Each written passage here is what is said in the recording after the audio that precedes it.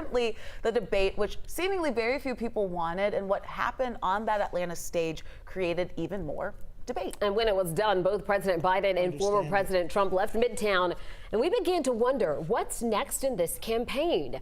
11 Alive's Savannah Levins spoke with NBC's Kristen Welker, moderator of Meet the Press.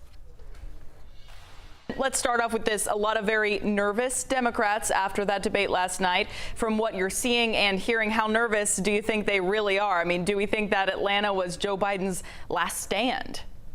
Well, I think that there is panic throughout the Democratic Party, Savannah. There's no doubt about that. I was getting text messages from my sources, one source saying this race is effectively over after that debate last night, that now it is time to focus on the races in the House and the Senate. So that's how dramatic what we saw last night was. And of course, you have a number of Democrats saying it is time for President Biden to essentially step down, to step aside, to allow someone else to come in and take the torch to try to take on former President Donald Trump.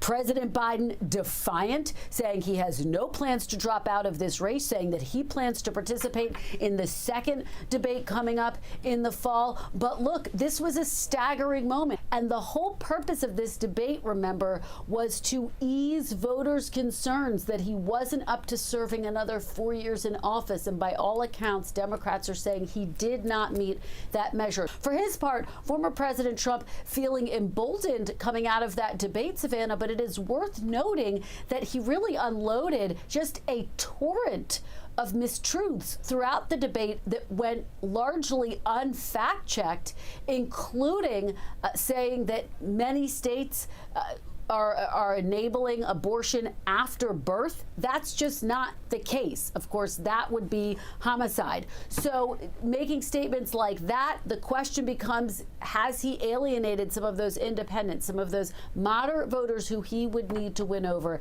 in order to win this race? We're going to discuss it all with a big show that we have coming up on Sunday, including Senator Raphael Warnock of Georgia and North Dakota Governor Doug Burgum. He's one of the top VP finalists for former President Trump. Savannah. Yeah, I want to ask you about that. Do you expect prominent Democrats like Warnock, who you're going to be talking to stick by President Biden through this?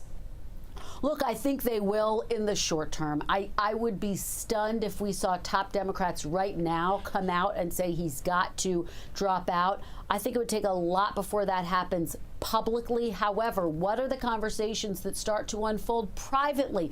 That's a different conversation. So we're tracking our sources, working them, trying to figure out what are those conversations looking at right now. But people are using words from terrible to devastating to disaster to describe what we saw unfold on Thursday night.